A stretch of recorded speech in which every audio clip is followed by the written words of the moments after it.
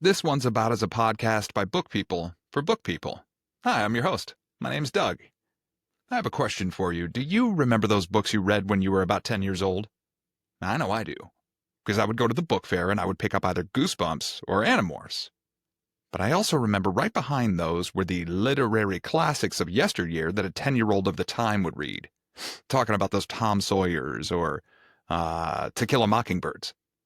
Anyway, it dawned on me recently that there's really two kinds of classes of books for a 10-year-old. One, the type of book filled with stuff a 10-year-old will like. And two, the type of book filled with the kind of information a 10-year-old needs to be aware of.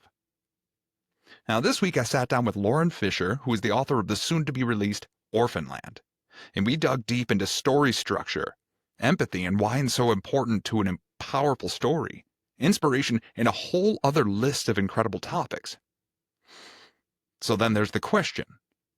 Is there a third kind of book for a 10-year-old? I think Lauren Fischer may have written it. So without further ado, let's dive in.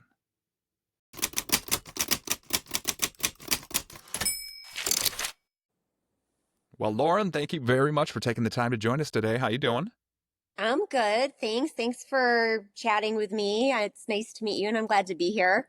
Oh, of course. I wanted to take a minute just at the start here to make sure that I congratulate you on Orphanland and what a wonderful book it is and how much you were able to, in addition to like anybody can and read the back of the book, right? They can Right. take a look at it and say, oh, all right, well, this is going to be a middle reader for kids. And, it's actually going to talk about representation. But what you were able to do with mysterious aspects of this book, specifically with diaries, and I don't want to get into too many spoilers about what actually occurs in the book, but it had real kids on bikes energy.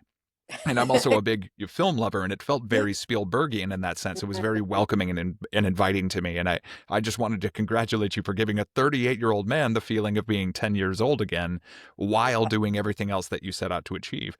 Well, thank you. I'm glad that the book had that effect on you and that you enjoyed it. Yeah, I mean, all you really have to do is kind of look at the cover, and I defy you to not be intrigued by what's going to happen in that book. hmm Thank you. Yeah, the So, cover was, oh, no, continue. sorry, the cover is huge. And as any author will tell you, all the decisions that go into the cover, decision-making process and just coming up with the cover, it's so important. And I've had a lot of really good feedback about the cover. So I'm really happy. And the word that comes up the most about the cover is intriguing. Yes, absolutely. And it really is. Like, I love the idea of interplay with, like, what was it, the Ohio Children's Home, and just that kind of big open field, and you can practically hear cicadas whirring in the distance. It's well done all around. Now, Thank what is it that brings you into the world of books in the first place? Like, what started either your love of writing or reading or both? Well, it's interesting that you brought up the whole like I don't know Steven Spielberg being able to like envision scenes from the book because I actually came into writing. I was writing screenplays, and this was a long time ago. This was like back in the '90s when a lot And of that makes people. total sense now. It makes so much sense how you create a scene. I get it. Yeah, visualization's really important. And so yeah, that's how I came to storytelling was screenwriting and the three act structure. And then I I turned one of my screenplays into a novel, and it was like a young adult novel. And that felt like I had more freedom with writing because I didn't have to stick to 120 pages in a three act structure. I could play around more. And so after I turned that screenplay, and I'd written like, I don't know, like five screenplays. And then after I turned that one into a novel, I was hooked. And I was like, okay, I want to do more writing and I want to do it for kids. And so then I wrote my first middle grade novel. And then Orphanland came after that. So this is actually the third um, novel that I've written for kids and over the course of several decades. So I've been working at it for a while now, um, which hopefully, um, all the hard work and the time I've spent learning how to write and how to make a story engaging to a reader, hopefully that's coming through. It really is. Because, like I teased before we actually got into the question, you have a mysterious element to this story. Because, again, if you're looking at the log lines of the book, or I imagine some reviews will be like, well, great, we're going to be tackling the opioid crisis, which we do. Yeah. But we're not. We're not necessarily tackling the opioid crisis. We're looking at the perception of it from children's minds and how it affects other adults. We're going to be looking at abuse. We're going to be looking at representation. We're looking at all of those things. But the really clever thing you did was wrap it all in a mystery that has to be solved by these kids. And it's really clever and such an effective device to utilize for the book that and I told you before we actually recorded, I practically devoured it. It felt so Spielbergian, and that makes total sense that you worked in screenplays, because that's the way it felt. It's very evocative. It brings you right there, and you feel like you want to be underneath bed sheets reading it with a flashlight. So mission accomplished. Good. Good. That's good to know. Um, Now, speaking of the middle grade versus young adult, can you help clarify for me, like, working in the genre? There's a whole lot of stuff that I realized recently in the book world has subgenres and different classifications. Like cozy fantasy was one that came out of nowhere and kind of just, Yeah. struck me in the face. What for Yeah. you makes the difference between all of those subgenres for books for kids?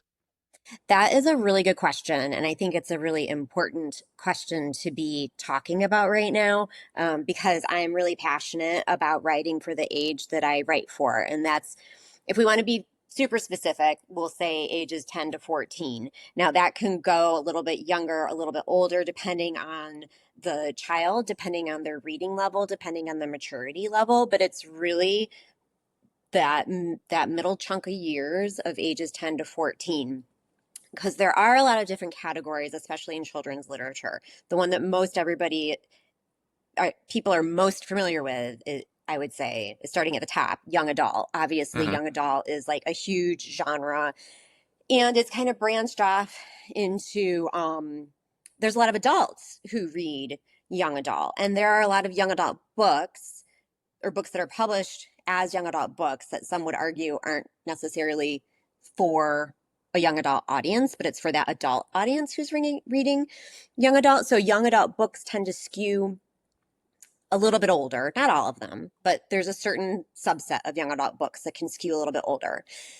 And then there's like early readers and chapter books, books that you might be categorized as being for ages like 8 to 10 or 8 to 12. And so those are for younger readers. And the reading levels for the younger readers, it varies widely. And they might not tackle tougher subjects as Mm-hmm. much in those books. They might be a little bit lighter. They might be a little bit more like books that are part of the series.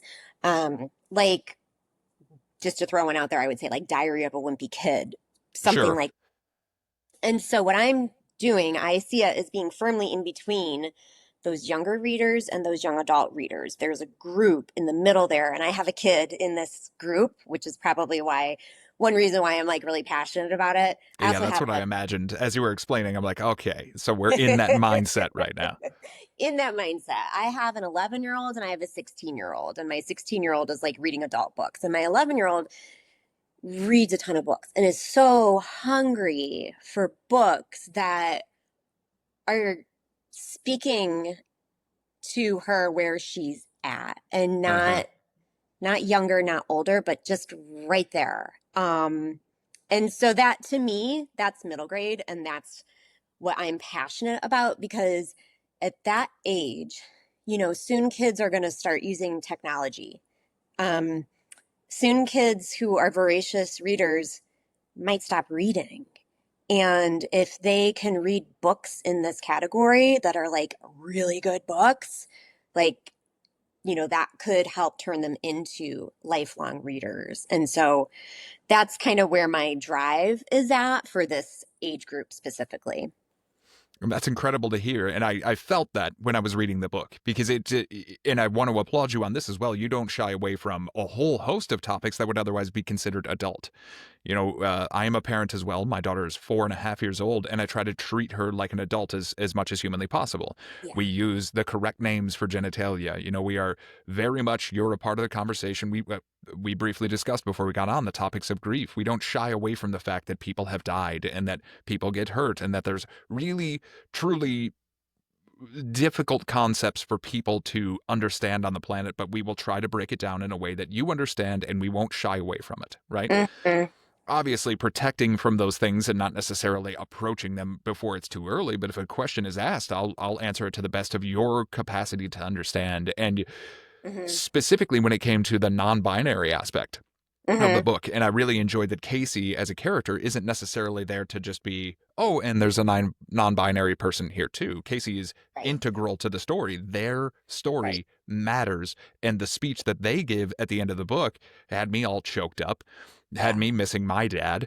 Yeah. And it's really cool that you can pull that off because it felt very Bradbury to me. It felt very um like when I was younger and I was reading Goosebumps books or Animorphs, like these are books that are speaking to what kids enjoy, but what kids need to know. And you hit and threaded that needle very well. So it's a book that an adult can read and really enjoy. And you did the very wise and smart thing of having Mercy and Jack as a story.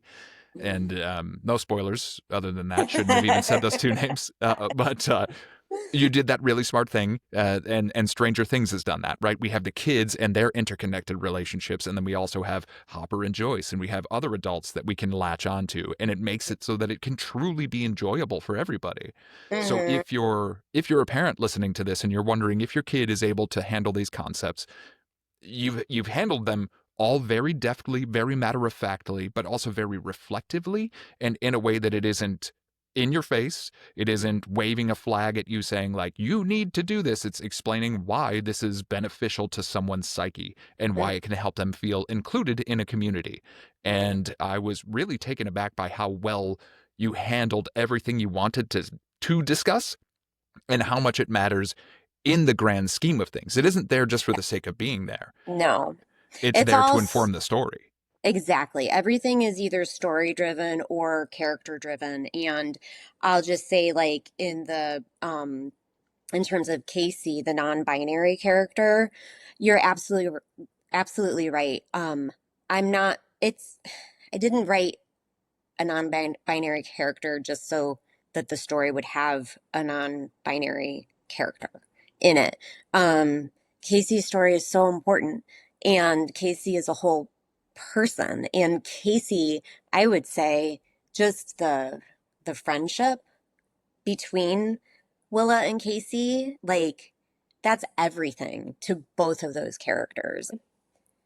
But Casey's not just that. Casey's a lot more. Casey is reading diaries with a flashlight with their friend and helping solve this mystery And that being in love with cats and loving. absolutely like and making pottery and doing all the Yeah. things that are absolutely necessary to reveal what the soul of someone is. And Hmm. that's what really struck me because being in film, and you've watched movies where like, oh, you included that character just so you could have a point. Try Right. to get that audience. Like you said, you could tell that it's almost audience bait sometimes. Yeah. And of course, I didn't really read the log line of the book before I go in because I try to go into all books almost with no familiarity about what the story is going to be at Yeah. all. Hmm. But that was there, and it had been presented to Yeah. me like, okay, this story has this, and I was really Right. happy to see how well the relationship specifically between Willa and Casey evolved and how important that was. And also, I know this is a huge tangent, but like the way you were able to capture that adolescent crush between Willa and I can't remember his name, but who worked at the cat shelter or the animal hospital. Like, yes, yes, it was so beautifully written that I was like, oh, I'm that young again. Like I remember those feelings, And and it's clear you have a mastery of that craft of being able to tap into someone's mind either by via nostalgia or other means. I think one thing that I like to do when I'm writing these characters and writing what they're going through is that I don't like to like resolve things for them. Like it's just in the moment. it's so maybe I don't maybe that's part of it is I'm thinking of how Willa is feeling in the moment. And I'm not looking for answers and I'm not looking for solutions. I'm just looking at what that character is feeling right then. It's clear. And I really, again, another thing that I applaud you for, because when you wrap everything else up in a nice, neat little bow, you know, like there is resolution by the end of the story for one of the main storylines, but everyone else's is kind of left up in the air. Like Hmm.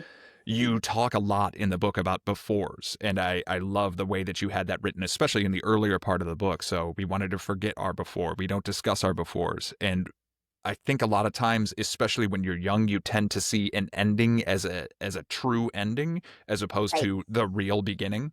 right. And you leave the reader with that sense of everyone is actually beginning now because we finally can discuss our befores.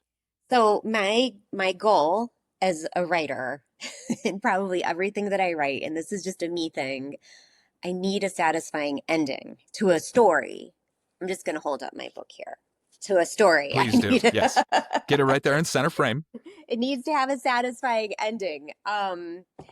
Having a satisfying ending to a story doesn't mean that everything has been resolved and that the story's over. So that's kind of how I feel about it because I, when I get to the end of the book, I like to feel like, okay, we did something there. And so I think that was my goal with, you know, yeah, nothing, it's not tied up neat in a bow, but hopefully it's satisfying. Absolutely. And you touched on something earlier that I want to get back to real quick, Hmm. although the answer may be long. You touched on technology. And I Hmm. was absolutely gobsmacked when I started reading the book that it was set in 2019. I myself have come up with stories that I keep thinking of that, well, this has got to be in the early thousands or the 90s because I don't want tablets and I don't want smartphones. Yeah. Was it a conscious decision on your behalf to have the children in the home be disadvantaged to the point that they didn't have access to tablets? Or did you just think like, well, those aren't necessarily there? Either way, do you think it increases our characters' empathy and interest in the world around them? Oh, that's really interesting. It was definitely a conscious choice that I made. I did not want them to have the distraction of technology. Um, but also for the ages that I'm writing for, they're a little young for technology, although I'm sure that in a lot of schools at their ages, they would be using tablets at I mean, school. I've seen dozens of kids. I mean, my own daughter will watch movies on her tablet, right? Like if we're on long car trips, she Oh, was a yeah. COVID baby, so she Yeah. hated the car because we were never in it, Right. and we relented to that. But Right. outside of that, we try to minimize as much as humanly possible. And Right. uh, it's, I don't know if you've read The Anxious Generation, but that like electrified my brain and made me be like, whoa, really got to think about this, especially my own relationship with Oh, technology. yeah. So Right. continue. I didn't mean to derail your thought. Oh no, it's totally fine. So I think it was more a conscious, yeah, it was a storytelling choice that I just didn't want it to be a distraction. And so the way I wrote the rules of the home is that they don't have technology, they don't have email, they don't play video games. That's just the way the house is set up. And I'll tell you, so yes, it's very clear at the beginning that it takes place in 2019. That's when I started writing the book was in 2019. And the reason why I kept it in 2019 was because it's pre-COVID and I just didn't want to figure out, it's a Oh, children's home. I didn't even consider that aspect. I didn't want COVID to be part of the story because it just would have taken up part of the story that I didn't want it to take up because they're in a children's home. It would have changed a lot. So anyway, so there's a couple of reasons for 2019, but yeah, I didn't want there to be communication through technology with the kids either. The only technology there is when Willa goes to the animal shelter where she volunteers because she rides her own bike there and she has to use the shelter, the manager's phone to text her teacher that Which I'm she, glad you included that because it did remind me, the reader, because you could so easily forget, right? Like we forget that pre-smartphones and pre-tablets that it was just that's the way it was. yeah, We would do these things, and I'm glad that you included that in there to kind of remind people about the time period in which the story was taking place. yeah. Like, no, So it's there. Right. It's there. And like in the first opening scene, Mercy has a cell phone and she's waiting to get a text from somebody. So it's not like technology's non-existent. It's just that the way the home is set up, it's not there for the kids. The kids are just not using it. Hmm. Smart. Very smart. Either way, whatever the impetus was, I thought it was a really clever device to be able to make sure that these characters would be so invested in the mystery, right? Because Right. is it Justin is the other Yeah. character that really helps them out at the one point? So when we finally are digging in, and again, I'm trying to avoid spoiler territory, but it's really Yeah. difficult. You and I could talk later.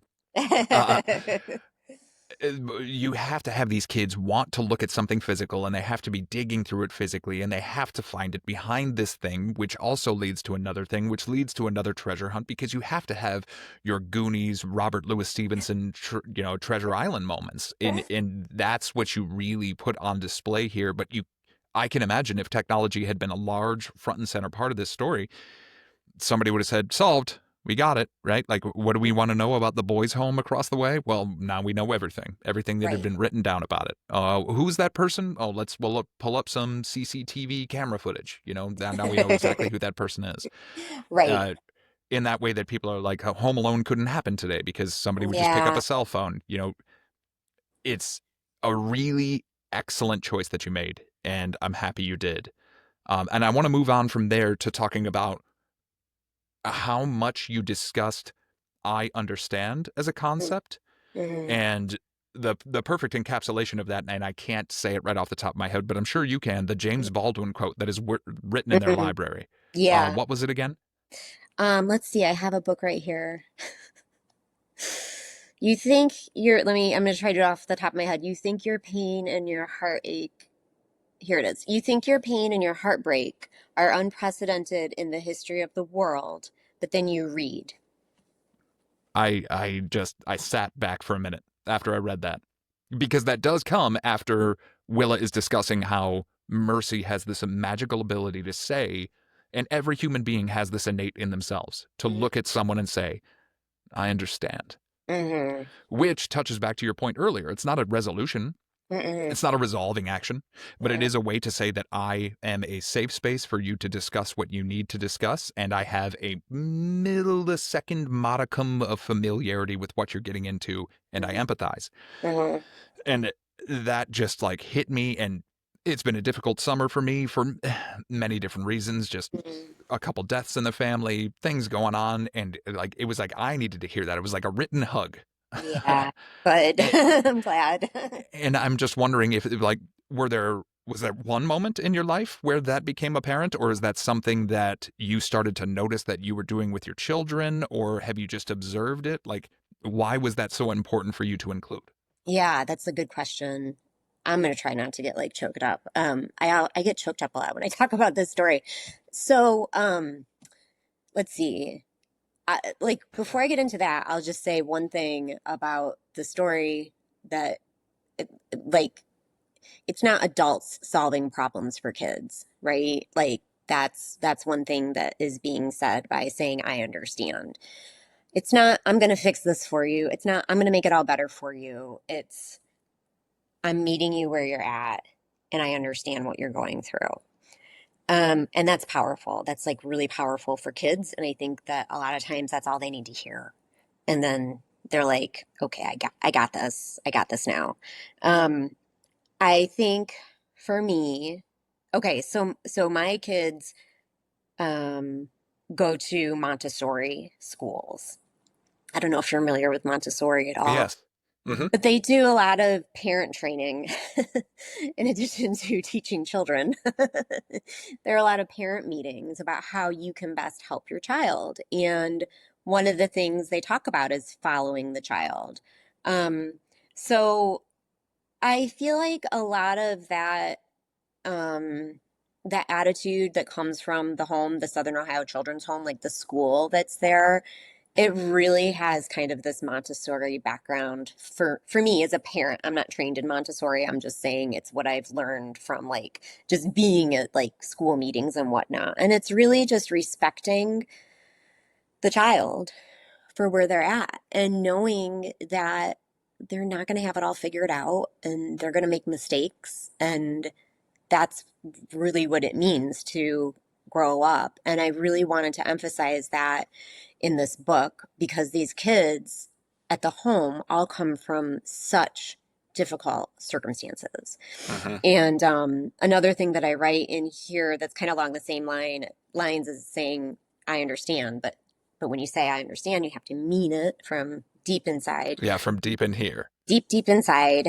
And the other thing the teachers never say to the kids is it's okay. They never tell them it's okay because for them, most likely, like it's not okay. Like there's a ton of stuff that's not okay. So for an adult to tell a kid, it's okay. Like it's just kind of like this placating thing that is not really going to make the hurt go away. So that's kind of where it came from my kids' school experience. And as I'm saying this now, I kind of feel like that's kind of the essence of this book, where it's not giving answers, it's just presenting a world where there are a lot of problems. And Yeah, it's more like shining a light on the forever mystery. yeah. It's always out there. There's always more to learn. There's always more to know. It's just whether or not you care to be present as someone else is struggling more than you to figure something out. Mm-hmm. Mm-hmm.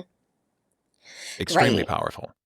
Yeah, because all these kids are struggling through something. And so they rely on their teachers for a lot. They rely on their teachers to say, and their caregivers to say, I understand. But also, they're being kids and they're keeping secrets from them. Love the secret cat.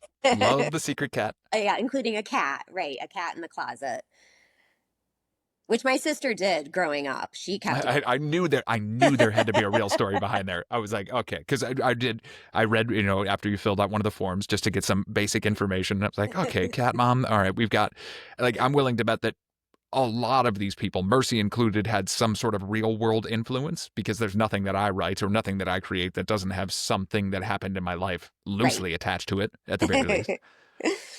Yes, yeah. I often have an animal or two in my books because I think that animals also give us a chance to reflect our humanity. And I'm an animal lover myself, so yeah, Same. I'm yeah, more dogs than cats, but yeah. we have our cats next door that our neighbors have. They're wonderful, Loco Nut and Bear, and they're indoor outdoor cats, and they come over and say hi all the time. They're always welcome. Uh-huh. Did you say loco nuts? Yes, Loco Nut, coconut, but because Yeah, crazy. coconut's a bit Coconut. of a rough and tumble, so Yeah. it transitioned over to Loco Nut. Love it. That's amazing. Now let's shift gears one more time here. What specifically in your history? So I saw that at JAMA, JAMA, Mm, what made you aware of the opioid crisis in such a way that you wanted to look at it from this lens? Like, right, because you can look at it, if you want to read another book about the opioid crisis, you could read Demon Copperhead and curl right, into a ball for a week like I did, because that right. book was absolutely dismantling to my psyche. Hmm. Or you can look at it from this lens and see more of a hopeful future in it. Hmm. Um, but what's your personal relationship with that? That was just Hmm. something that I thought I'd wait until we sat down to get more clarity on. Yeah. Well, so I was working as a medical editor for the specialty medical journals at the American Medical Association. And one of the journals I was the managing editor for is the um, well, now it's called JAMA Internal Medicine. It's basically their specialty journal about internal medicine. And so there were a ton of articles in that journal about the opioid crisis. And I started my career at the AMA in 1999, and we first started publishing articles about opioid abuse in 2004. I went back and looked this up. And then it wasn't named an epidemic until 2012, Okay. and then things just got worse, like just worse and worse and worse. And then I left my job there in 2019. But anyways, so it's scientific writing, it's research, it's very it's very it's publishing articles that are full of statistics. um and I just kept thinking about the people. um Um, they call medicine an art and a science, right? And so being the medical editor and editing the papers of a lot of physician authors who are focused on data and statistics, I think I just bring in the humanities side to it because of my liberal arts background. And I'm thinking about the people. And I just couldn't get over the fact that there were, I mean, it was just like an onslaught of terrible news, like article after article. Things are getting worse and worse and worse and worse. And oh, by the way, now doctors are abusing the Hmm. opioid medication. You know, it was like there was just never any good news. And there, in the journals I was working on, there was also not the perspective of the people who were suffering from this. Or if there was, it would be it was rare because that just wasn't the focus of the journals. Like I'm not fault Right, right. at all. That's just We're like we're not going narrative. We're going no. cold fact. Right. That's just not what scientific literature does. But that's what I couldn't stop thinking about. Um, and so I didn't set out to write a book about the opioid epidemic. I kind of came to it through the side door a little bit because the first seed for this story actually had to do with the abandoned school. Which is another thing I was hoping you would get into. So please Yeah. continue.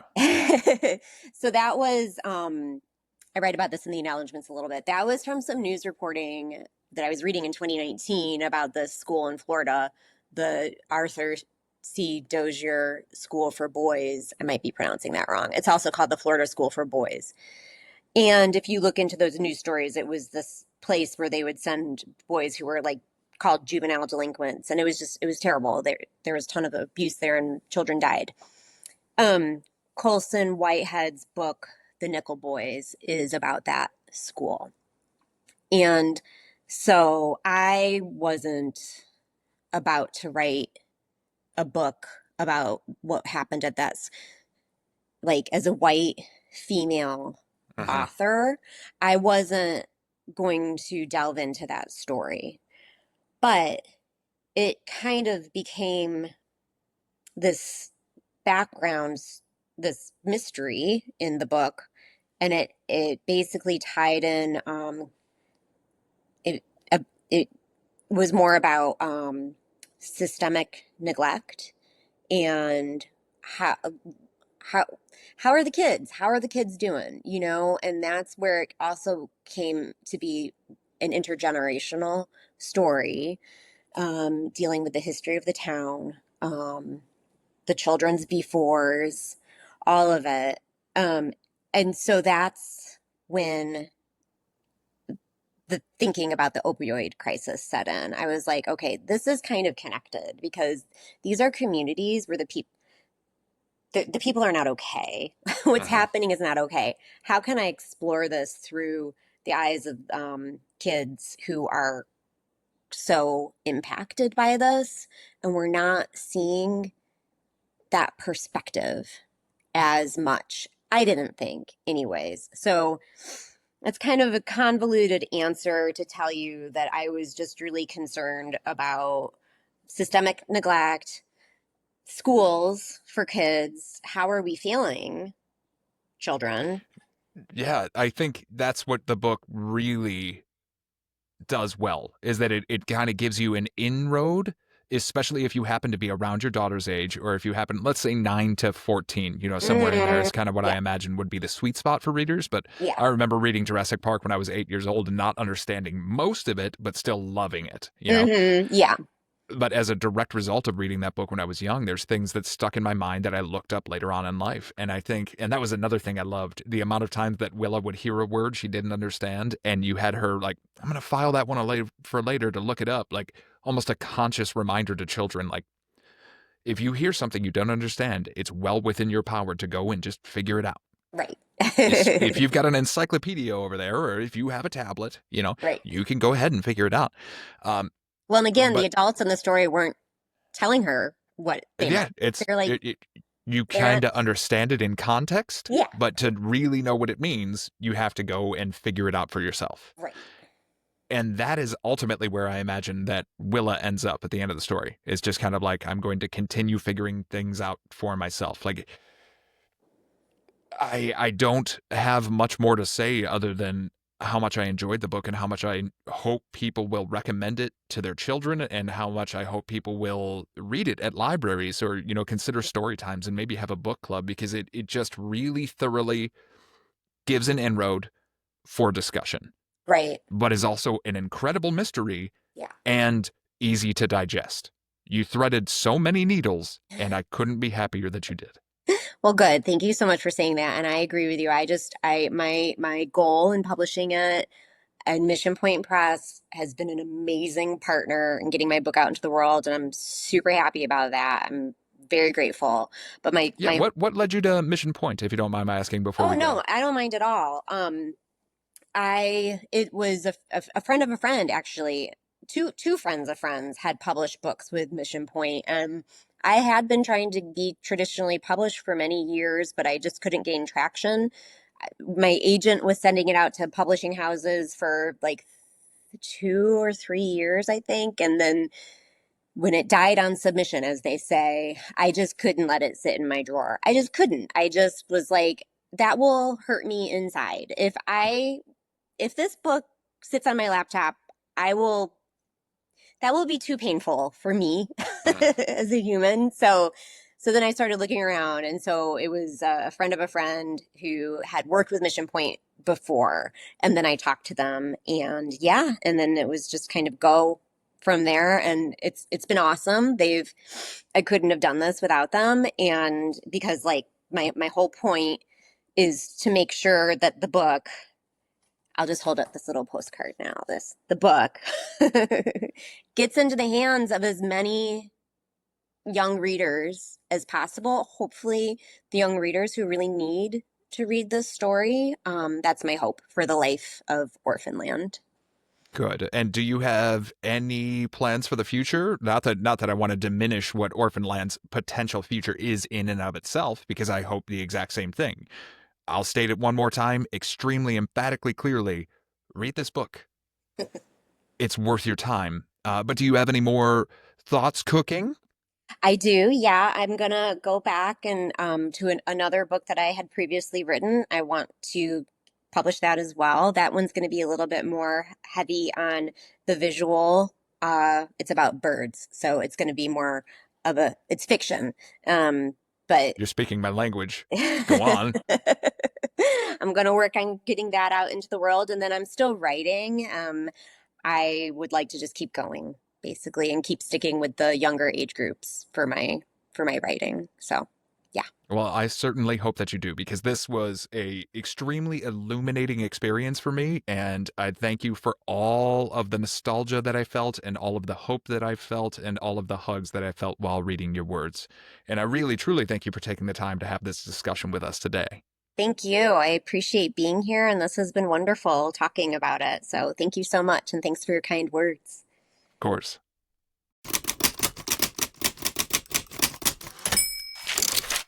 This one's about is produced in collaboration with Mission Point Press. To check out what they can do for you if you're an aspiring author, or to find your next great read, head on over to missionpointpress.com. Be sure you also give a check to laurenbfischer.com. That's LaurenBFischer.com to pre-order a copy of Orphanland, which releases on November 12th. And be sure to drop Lauren a note and say hi. It would mean a whole lot if you would take the time to rate, review, subscribe, like, or comment on this podcast. All you book people out there, you're absolutely wondrous. And your help to spread the word, well, that's just greatly appreciated. We'll see you in the next one.